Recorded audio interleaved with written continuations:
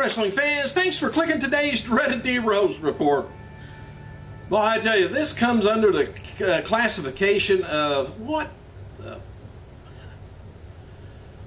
WWE Hall of Famer Tammy Lynn Cinch, Tamara, if you want to look it up online, was arrested 3 nights in a row this week on the 11th, 12th, and 13th in Connecticut for strangling her boyfriend and violating a protective order. Well, she kept everything for a misdemeanor charges, except violating a protective order ends up being a felony. So I don't know whether it was good for her to go into rehab, or is she off the wagon, or is she better off on the wagon? The first night was for a disorderly conduct, although she did strangle him that night, her boyfriend, which you can see in the police report if you want to look it up.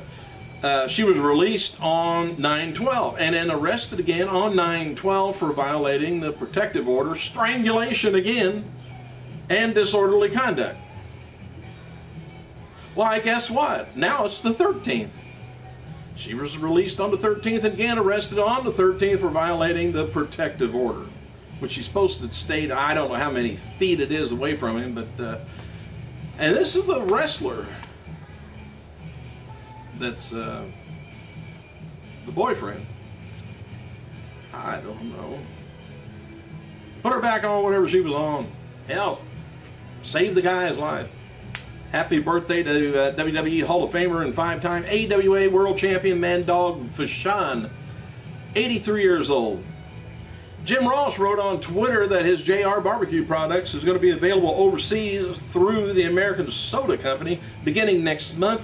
So if all you people here in the United States can't get it at your local, you can get it overseas whenever you get a chance. All right, we're seeking, well, anyway, tonight is WWE NXT in Florida. And of course, it's going to be a live event. And WWE Hall of Famer Dusty Rhodes is going to be making a special guest appearance. And the main event will be the much anticipated. They say it's anticipated. I don't know whether it's anticipated or not. Seth Rollins taking on Cody Rhodes. It's a storyline they're probably working on down there. Anyway, speaking of NXT, William Regal teased on Twitter that we may see NXT show on TV in the U.S. soon. And I'd like to see the stars beforehand. Really, while they're building themselves to where they're before they get on the roster. And tonight's WWE SmackDown. It's going to be the final show before Night of Champions, and it's a tape, from the other day, of course. And it's including The Miz taking on Sin Cara, Caitlyn taking on Beth Phoenix, Kane taking on Kofi Kingston, Sensei taking on Randy Orton, and Sheamus taking on Daniel Bryan in the main event. What's the focus point for tonight's show? Is can Bryan and Kane coexist at Night of Champions? Who's going to be challenging IC champion, The Miz? Caitlyn, will she overcome Beth Phoenix? Fallout from Booker T's ruling on the Bro Kick, and who's the surprise that Alberto Del Rio has for Sheamus and Booker T? Any idea on that? Put it on the comments if you know, think you know what's up. There's spoilers out around. I just forgot who it was. Hey, Kofi Kingston filmed an episode of Talk Show Daytime yesterday, and it airs Monday in syndication on the Dish Network. Is 266. I don't know anything about that. Anyway, there's been some speculation about the Divas not being on the WWE tour over in Egypt, and Divas not working WWE recent events in over in Egypt because of the strict dress codes that are for women in that country. Now we know there's one Diva going to be on tour in Egypt, and that's Lillian Garcia. She confirmed it the other night on Twitter, announcing for the tour.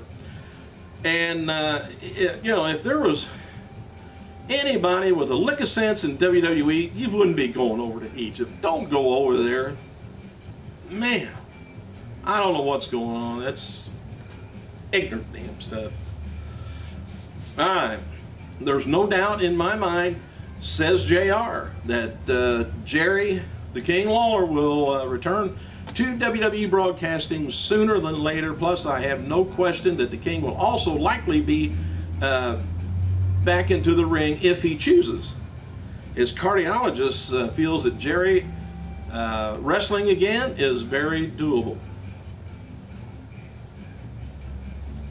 WWE Intercontinental Champion The Miz, he's the spotlighted superstar on their website today. The big win streak for Ryback is up to 30 after Monday's Raw, and the number includes TV and pay-per-view matches throughout the year. World Heavyweight Champion Sheamus, he's the only other superstar close to that, which is 20 on his winning streak. Let me see, that's counting the same thing. Sheamus will wrestle Daniel Bryan for tonight's SmackDown. The Diva on the current longest winning streak is Layla with 10. Daniel Bryan, he's in Boston today doing media appearances to promote Night of Champions pay-per-view. They're seeking radio and TV reports, so he's going to be everywhere. But what it is, they're concerned with ticket sales for Monday's pay-per-view. Apparently a decision to send Bryan to Boston for doing all the media work was earlier this week. Because I think they got a smell in the air that not too many ticket sales is going on. The main event, I don't know. I'm not too excited about it myself. Jerry Lawler's son, Kevin, told a Memphis TV station that his father, he was experiencing chest pains while in Aruba over the weekend, and noted earlier this week that a friend of Jerry also said he was complaining of chest pains last week. Lawler apparently planning to see a doctor, but wrestled on Raw, before he got a chance. Kevin told that he thought, Lawler looked, rough in the tag match on Raw. I thought it was a good match myself for him. Kevin walked through, the history of heart attacks in Lawler's family. Doctors told Kevin that Jerry was very healthy for someone who's 62 years old, and it was noted that he's never used drugs, smoked cigarettes, used alcohol. Kevin joked that Jerry's only vices is chicken from Church's Chicken. And how about women? I don't know if that's vice or not, but Lawler's doing better, and there's a tout video up that was posted earlier, and you can that was when he was returning home from Montreal earlier this week. Wasn't this? It says here earlier this weekend. Anyway. Hi everybody, Jerry the King Lawler here, still in a Montreal hospital. I feel sort of like the Bionic Man. I got more wires coming out of me than AT&T, but I want to thank the entire WWE Universe for all your well wishes. Thank you all. Kevin also promotes an independent wrestling show, by the way, event every month in Raleigh Springs, Memphis, and he's going to be holding a show tonight, 7 p.m., where they're going to be featuring a tribute to Jerry. Courtesy of WWE DVD News, here's a little bit of a synopsis on an upcoming DVD on the N.W.O. It's a three DVD disc set, 2 on Blu-ray. Coming out November 16th, so save your money, buy it for somebody for Christmas, I guess. Set in the mid-90s, a malicious group of renegades invented the world wrestling, World Championship Wrestling, shaking the landscape of sports entertainment and turning tables on the Monday Night Wars. Little did anybody know, it was Hulk Hogan, unthinkable, turned his back on his fans. The Outsiders officially became the New World Order, and chaos ensued, blah, blah, blah, and it goes all the way down to stunning defections in the N.W.O. and internal strife that eventually tore the group apart. Well, we don't need to say it now. We already know the answer, don't we?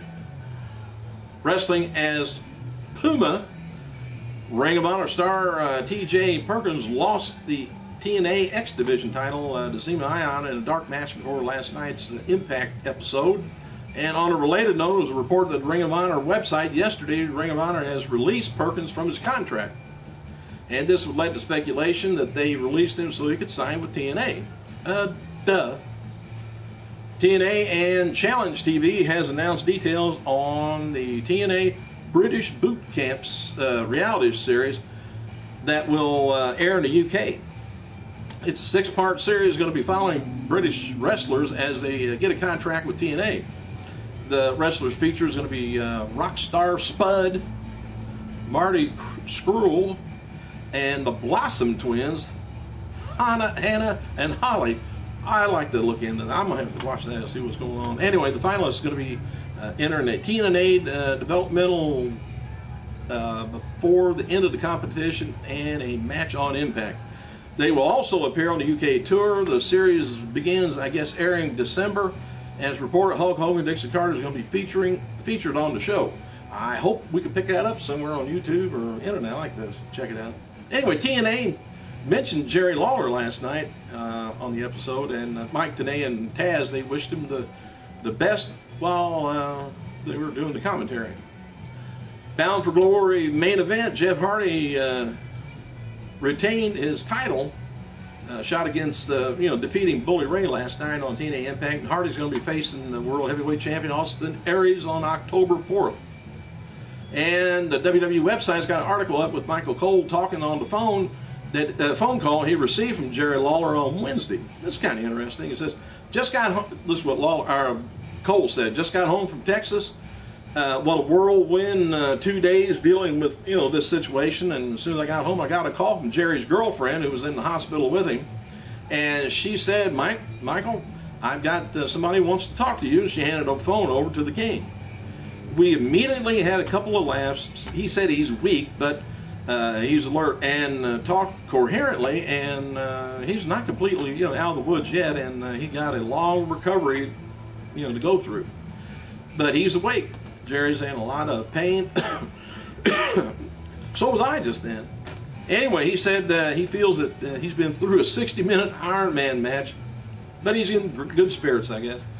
He said the biggest thing Jerry wanted me to do was tell the millions of fans out there that's been tweeting their well wishes and everything to me and WWE and his account that the outpouring of support from the world has really, really touched him.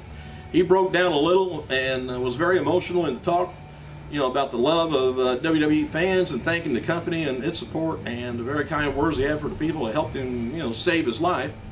Dr. Sampson and WWE production assistants, Mike Manstry, who was at ringside and the EMTs in Montreal. He said obviously he doesn't remember what happened, but he's been told over the past 24 hours everything that went down, and he said it's a miracle. The man had a massive heart attack and was talking 2 days later. He said, never thought I'd hear this voice again, let alone 2 days after the event, says Cole. Thanks for clicking, you guys. I gotta go.